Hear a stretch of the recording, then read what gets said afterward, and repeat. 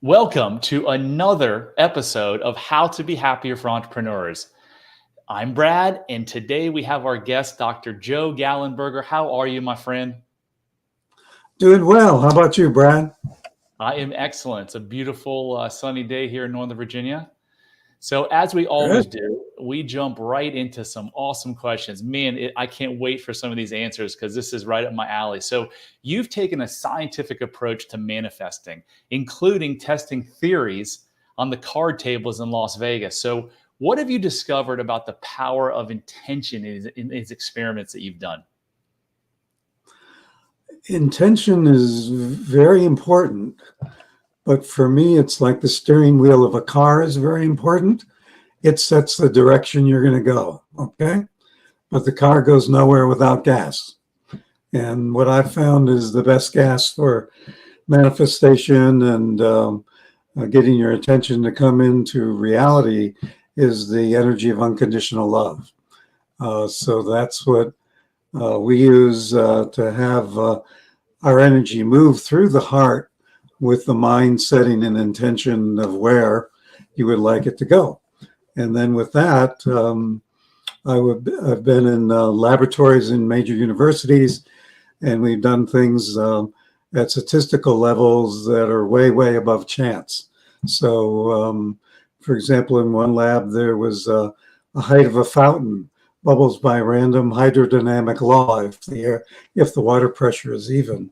And they said, Joe, leave it alone for 15 for control, make it high for 15 minutes, make it low 15 minutes. And I was able to surround that column in my mind, or mentally, it's behind glass, with support, much like you would have an aura around your own body. I imagined a support column around the water. And then for the short condition, I imagined a sword like Star Wars lightsaber cutting the water and breaking that column height. And I got a Z-score of 12.97. 1.96 is 1 in 100 by chance. So that's pretty exponential. And we did one where a computer picks pixels from 2 different pictures. And if you want to get the kitty cat picture, you go, here, kitty, kitty, kitty. And the computer locks on that. I got 30,000 to 1 by chance. So I left that lab knowing PK was real, psychokinesis, and I could do it. And it's the same energy used in energy healing and in manifesting. It's this real clear intention, clear focus, and then moving a lot of energy to that. We can really morph physical reality. So Joe, we're working. hang on a second, man. You've said a Yeah. lot of stuff I want to touch on. So Sure. we're gonna get to the craps table in a second, but the fountain. You've got a water fountain that is randomly shooting water. Not randomly, it's shooting a certain amount of water, and you're telling us in the audience that through the way of the intentions that you're setting in your mind, you were able to change the height of the water. Is that correct? Correct, but not just through my intention, but projecting energy, much like, say you went to the vet with a kitty cat or a dog that's your favorite pet, and the dog or cat was a little nervous about getting a shot. And you just naturally would project your energy around your beloved animal to calm him, make him feel safer, that kind of thing. We naturally do that for babies, for people that we love, for pets. It's that type of thing where you have to enter into a oneness or a connection with the water, even though we don't think of water as having consciousness usually. But if you assume everything has consciousness, then you can connect. And in this case, when you want the column of water to be high, you would surround it with some protective thing to support the column. When you wanted it low, you might cut the column with your energy. Is that making sense, Brad? It makes sense. And I want you, and you gave some statistical and some scientific modeling, but I want you to speak. I want you to speak to the person who isn't super sharp on scientific. And I also want you to speak to the person like I was 5 years ago. Had I heard this, I'd have been like, who is this crazy guy? There's no chance. Now, after the thousands of hours of research and stuff that I've done in psychology and the power of the brain, I believe you 110%. What do you say to the person that's like, this is crazy, like no way this could happen? Well, that person needs to be open-minded enough to have a dialogue. But when we do a meta-analysis of the 20 years of research in this area that I'm calling psychokinesis, ability to affect matter with your energy, we get results that are more than a 6 sigma event, meaning they would not occur even once in a billion times by chance. Okay. And open-minded scientists, when they look at that, and this is Nobel Prize winning laureates and mathematicians and research design and all, this is the conclusion they come to. Princeton University Anomalous Research. It was PEAR, Princeton Engineering Anomalous Research Lab. They did studies with 12.5 million trials. And again, they were getting results in these billions to 1 by chance. So, you know, when they put out a new drug, if it's 100 to 1 by chance that it's helpful, they will use it. And we're not talking thousands, tens of thousands, 100,000s. We're talking millions to 1 by chance. So then you go, well, how come nobody believes it? And if you look at what's going on, there's an interesting coalition. Fundamentalist ministers hate it because it could be of the devil.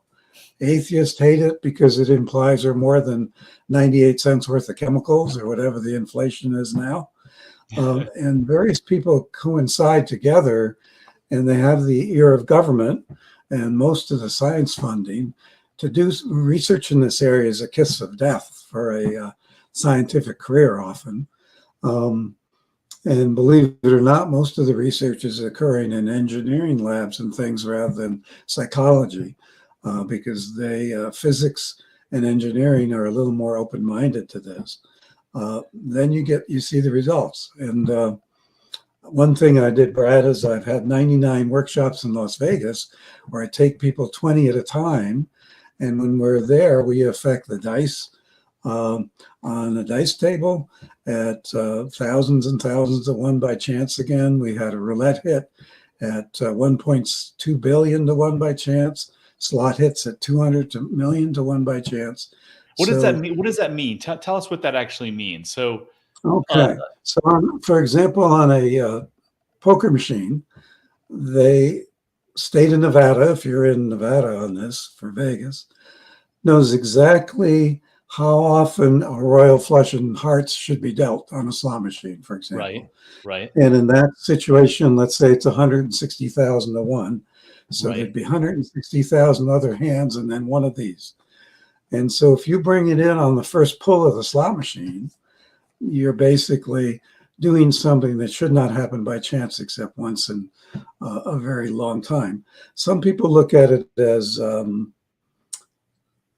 if you looked at this as flipping a coin, a true coin, heads and tails, and you flip it 100 times, you should have pretty much 50% heads, 50% tails. So if you do 10 tails in a row, that begins to statistically be in maybe the 10,001 by chance area.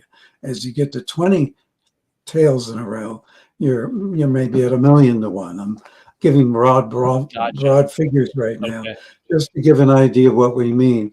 Meaning it's very unlikely to occur just by random. And are there 20 people? Did you say, or is there one person, and are they thinking certain thoughts? Are they taking the die in their hand and saying, this is going to be a 6, this is going to be a 2? Like, how does that work? Yeah, right. So it could be an individual. And what the lab would say is an individual, particularly if told that it's possible and believe it somewhat that it may be possible, they can have quite powerful results, that individual. But if you put 2 people together, it can be more than twice as effective with a big if, Brad. The if is they have to be coherent in intention and be simpatico. So I could do a love and light seminar. You do some, I gather, where we're trying to really get people to feel good. And then if you go to the lunch break and you say, okay, we're going to have pizza for 18 people, let's figure out what to put on the pizza, that could fall apart. There'd be meat eaters and vegans and people that love anchovies and people that hate anchovies. And it's hard to get that coherence. So when we do these things on manifesting as a group, as a country, as a family, as a small town, as a group of 20 research subjects, getting that coherence, you have to drop ego enough. That's true in companies too. Working as entrepreneurs, entrepreneurs have to have a healthy self-concept, a healthy ego, but at some point they have to begin to have a coherence of the team, everybody pulling the same way. And for that, there has to be good energy flowing. There might need to be a sense of fairness, a sense of even love in the organization and passion for the work, or else there's going to be a drag on the manifestation. And we find that in the science lab. Or maybe even like a shared sense of purpose. Like, in my business, we help people overcome limiting beliefs that are causing them depression, anxiety, addiction, bad relationships. And if everyone was like, oh my gosh, this work is amazing, then we would have a chance to succeed. So I have heard, Dr. Joe, that a person can walk up to a tree, and depending on the energy that they're emitting, if they're like severely depressed, or they're the opposite, if they're like just free and have a bunch of joy, that can literally affect the tree. Is that accurate? Yes, it seems like thought and thought plus energy can affect living systems quite easily. One of the things we do in some of my workshops is we take seeds that have been soaking for about a day, and we put them in our hand, and we get seed growth of 1.5 inches in about 2 minutes. Okay, so we're accelerating growth. And that's been repeated in science labs. Okay, we can send energy, say, to a vial of bacteria that's being hit with an antibiotic. And we know that the antibiotic will kill 93% of the bacteria in 15 minutes, whatever the figure is. And if certain people shield those vials of bacteria with positive, the bacteria survive. And those kind of experiments are very elegant because they don't involve a lot of placebo effect and other things. They can be 4-way double-blinded. And so if you do have people that are research-minded about this stuff, they can check it out. There's been a lot of progress in the last 20 years about what we can see happen.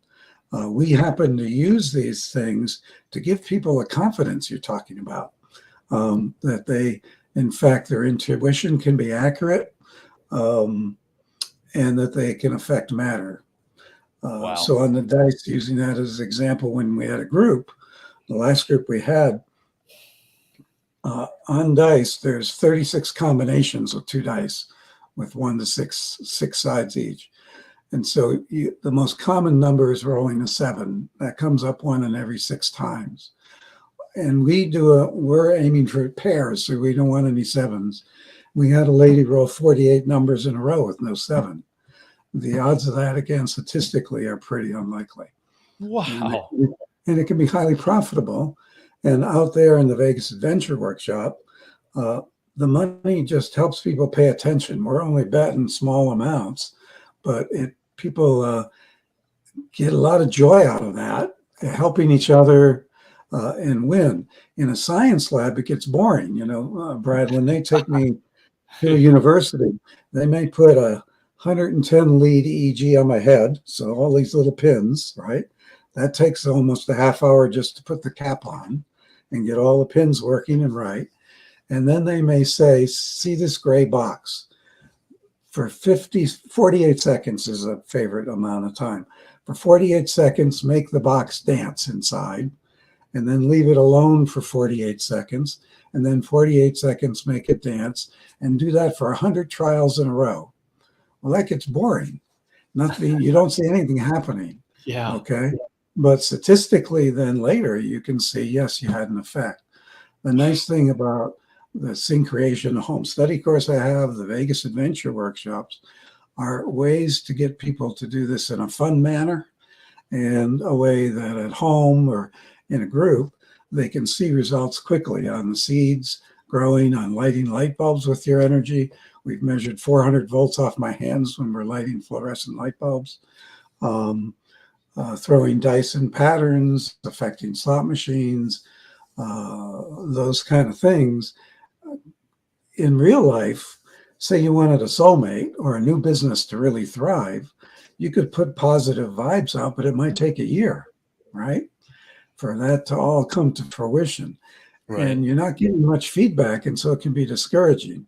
Or you could think negatively for weeks before you got a cold or some expression of that negativity. These psychokinesis effects give clear and immediate feedback, usually within seconds. And that's why they're such great training tools.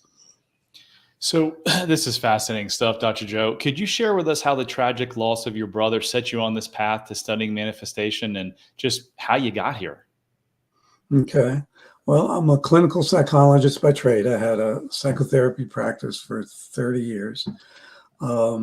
As a kid, I had some of this psychic stuff, like being very intuitive with my mom, almost telepathic. I had out-of-body experiences, those kind of things. My older brother, Pete, was very hardworking, handsome, responsible, but he had trouble finding work and other kinds of things. And eventually he committed suicide. And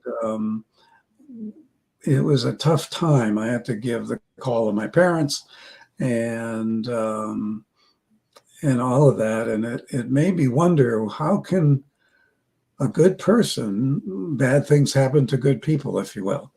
And what seemed to be missing for him was a sense of deservingness of good and a suspicion about power, that it might be something that he's seen other people abuse, like bad bosses do.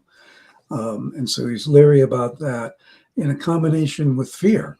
And if you haven't been working for 6 months and you got a family and a kid in college, that's pressure, right? And it's hard not to be in fear. So that started me on an exploration of how can people manifest positively when normal life is happening. When you got to have courage to be a human being. I had 3 teen daughters. When they were teenagers, they might say, "Dad, can I go to this party?" I don't know if I say yes, if they may get killed on the way to the party. Or if I say no, they jump out the back window and get into some other trouble. So we're making decisions, even for people we love, not just ourselves, with limited data, and we have to live with the results. So the challenge is, how do you stay open-hearted and positive and feel really happy about being here on this planet? Those kind of things, because that's where the power is. If you're floating in the sky, don't want to be here, tuning out to alcohol or drugs or even distractions of making money or whatever it is, you're not going to have much ability to affect the world. And so that became something for the last 2 or 3 decades I've been working on. I've also been a trainer at Monroe Institute over those 30 years. And they have ways to help you meditate quickly now with technology, where before it could take a decade in India to learn how to meditate well. Now, in 10 minutes, putting headphones on, we can get brainwave patterns to go into deep relaxed states, and then creative states, and then these psychokinetic states we're talking about. So I use those in my meditations, and that makes this work a lot easier. Is there a meditation? I've really gotten purposeful about meditation just literally in the last 10 days. I did it, but now I'm actually doing another Dr. Joe Dispenza in the morning and the evening. Is there one that's kind of sets apart that you would recommend that would get your brain into those brain waves that would be ideal? For the novice, particularly somebody who's not done this, it is useful to use headphones. But I have one on my website as a download or a CD. I think the CDs are almost out and we're going to downloads, but called Liquid Luck, Liquid, Luck, Luck. And if you Google Liquid Luck, it'll pop up. And what I was doing with that is saying, how can I take 30 years of experience in manifesting and distill it to about 30 minutes and give people a taste of how this would work? So rather than the kind of meditation where you try to have a blank mind, this is more guided imagery. And you're guided to have a beautiful container in front of you that you fill with golden liquid. And in there you put in happiness and gratitude and feelings of abundance, feelings of compassion to get out of ego, feelings of good fortune. And then whenever you want to be a lucky day, you take a drink. So when I put that out within days, I was getting reports of people finding soulmates, winning lottos, things like, Joe, I won $1,000 lotto 3 weeks in a row, finding new business things, solving invention issues that have been unsolvable by a team of very talented people for years, finding solutions, all kinds of a shift in the energy. So liquid luck is a very good way to get a taste of this. And so I might recommend that one. I'm going to go download that when we finish this podcast. I'm going to go download it and I'm going to start doing it. That sounds absolutely amazing. Where can people find that? That would be on the banner on the bottom here. It says my website, which is www.sync, S-Y-N-C, like synchronize, and then the word creation, C-R-E-A-T-I-O-N. So syncreation.com. So that will take them there. Or again, if you Google Liquid Luck, you'll see my name pop up, Gallenberger, and Liquid Luck, and it'll take you to my website. And that's where you could get the download. I love it. I've been an entrepreneur since 7th grade, and there's a lot of entrepreneurs on this podcast. How can us entrepreneurs use what you're talking about to create more business success and thus impact? Very helpful to have a genuine passion for the work, as in helping other people, not just making money. Okay. And then the meditation techniques, such as the liquid luck we just mentioned, that's under $20, or the home study course, SyncCreation, with that same name, which is extensive, has coaching with me, that many businesses have used with their key people to all get on the same page about the principles of certain things. There's movies like The Secret that talk about visualizing, but what they don't tend to emphasize is the shadow part of humans. And most of us are carrying feelings of lack of deservingness or guilt or fear. We're having concepts of this much money, but not anymore is good. So limiting beliefs, limiting feelings. And at some point you need to address those if you want your company to be the most powerful. And so there has to be a safe space to do that, because people are sharing their vulnerabilities and saying, I'm not real good at this yet. I'd like to learn to be so. And in fact, when we look at, one of the best drummers in the world is deaf. It's a woman who's won several big music awards and has played at the Olympics.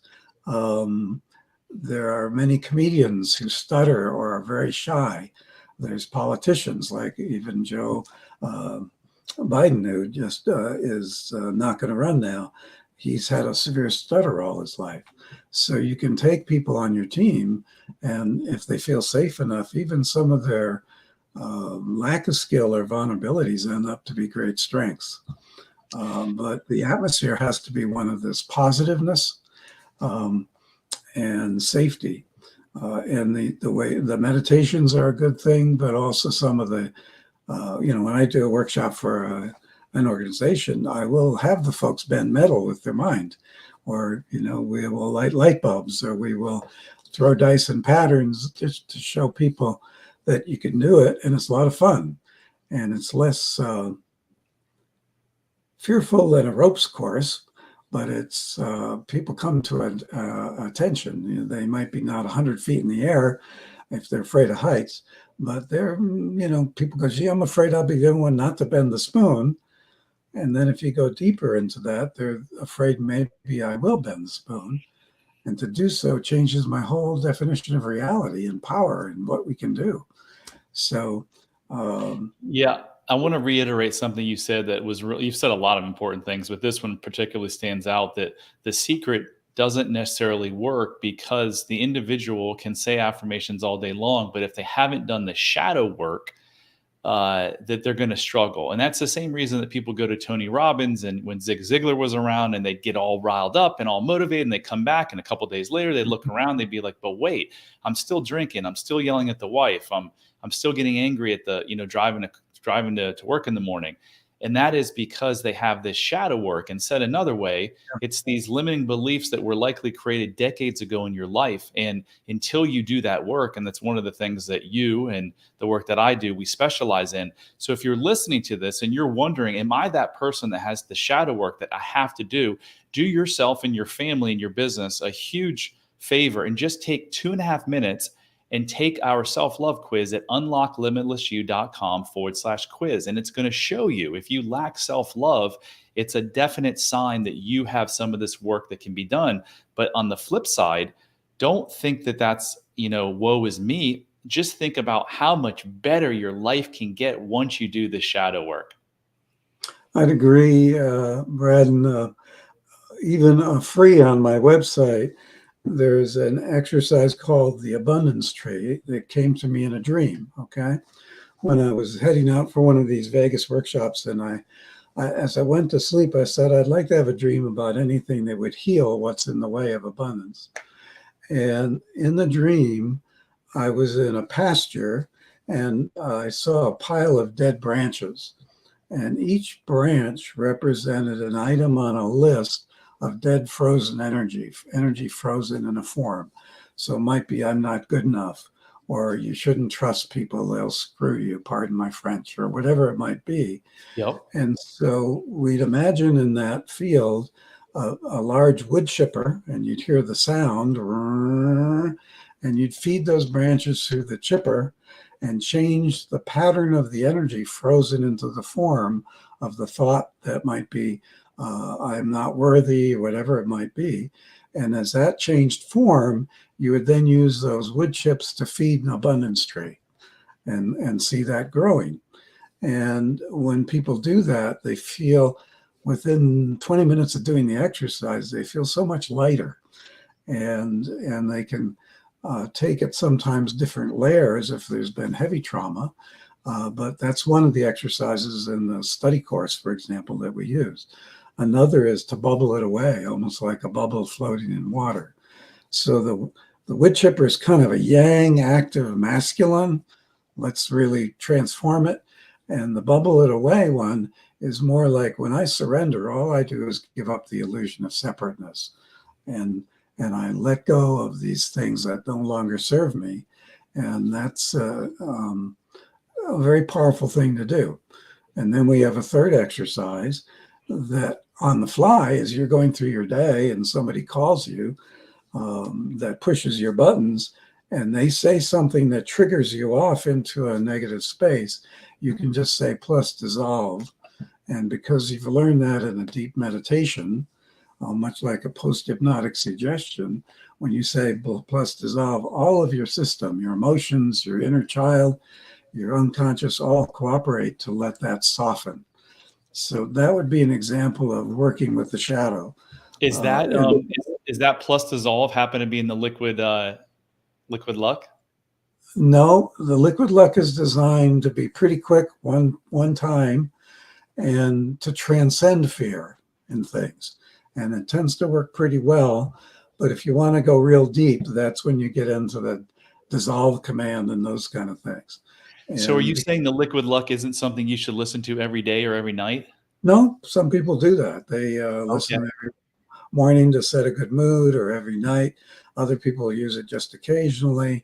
And there's actually a book called the Liquid Luck Handbook that can go with it. You can buy separately, because there were so many stories of success that I wrote a book sharing the success, as well as why is happiness important.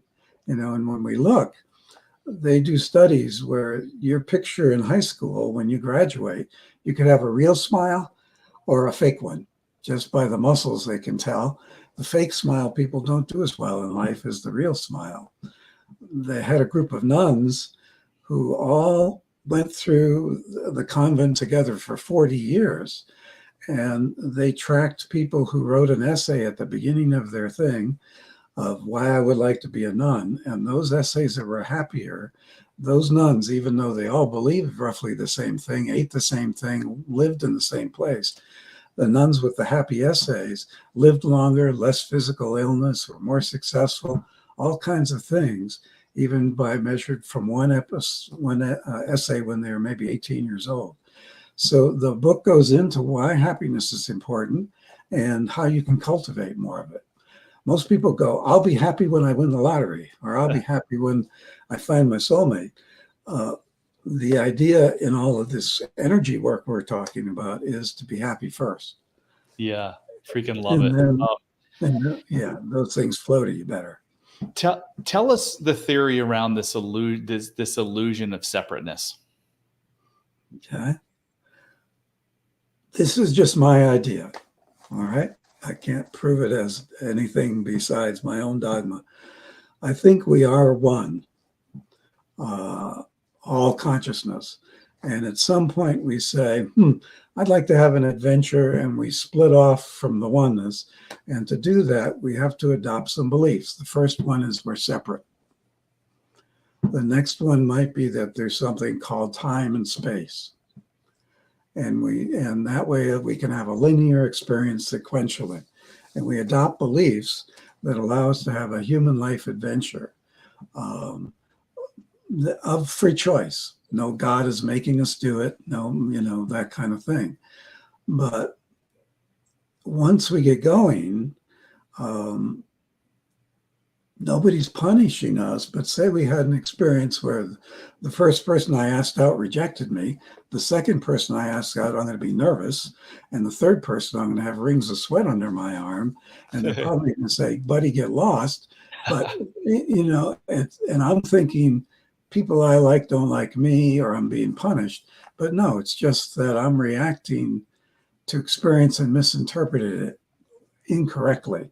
In my example, the first person I asked would really love to go out with me, but their dad said, you're not old enough, you can't date yet. So their saying no didn't have anything to do with me, but I made the conclusion it did. I'm making this story up. It's not a true one in my life. So that's a little bit longish answer, but I think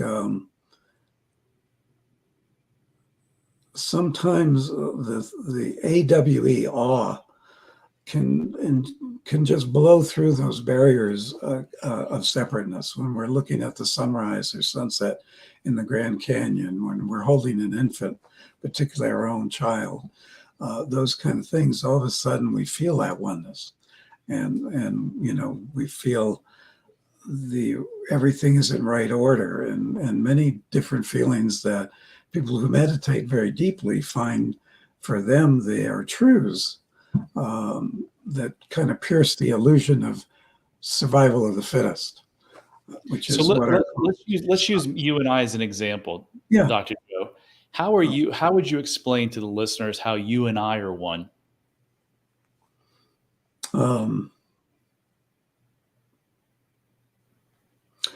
I think that's the core reality, but we can choose to put on costumes. I could put on the costume of Earthling versus Arcturian or Palladian.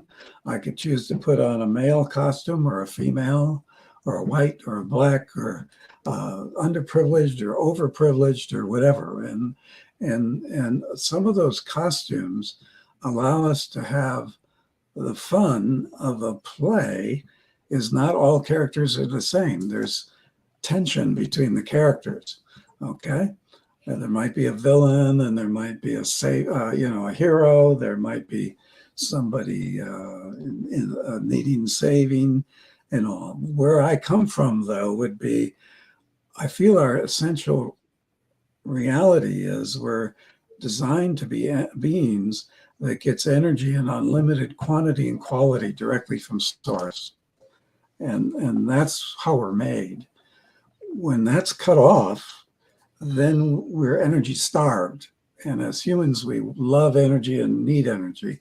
So we will tend, if that's cut off some, to try to get energy from other people.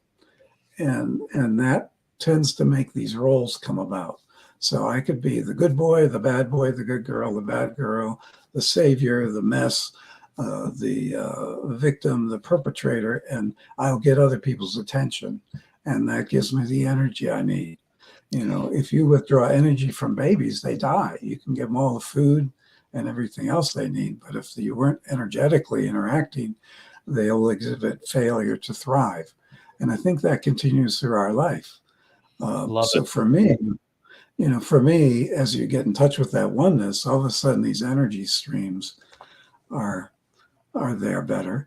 And I would look at you, and rather than say, how can we compete for limited resources, it would be, how can we celebrate our oneness by creating cool stuff together, you know? Yeah, I was just telling the story yesterday. There are obviously a lot of people that believe in aliens. And there was one person that said the aliens who, if there are UFOs and they've created these amazing time travel, they look at the Earth and they kind of laugh at us and they're like, it's so weird. They're all one, but they're constantly fighting. And they figured this out, that they're all one, and maybe this is why. And I said to someone just this weekend, I was on a little vacation getaway at Smith Mountain Lake. I go, can you imagine if the 7 billion people on this planet got that we were all one? Can you imagine what we'd be able to accomplish with 7 billion people working together? It would be unimaginable. Some people even feel if 1% of the people felt that, it would be hugely transformative. So one of the goals of the Monroe Institute is to get 1% of people exposed to the idea that we might have the oneness in our awareness. But then, within oneness, it can be fun. I can say, well, Brad, for the last 10 years, you've been the detail person and I've been the idea guy. Now let's switch places, and I'll be the detail person and you be the idea guy, or whatever it might be. There can be a lot of fun pretending we're different. Okay. That's amazing.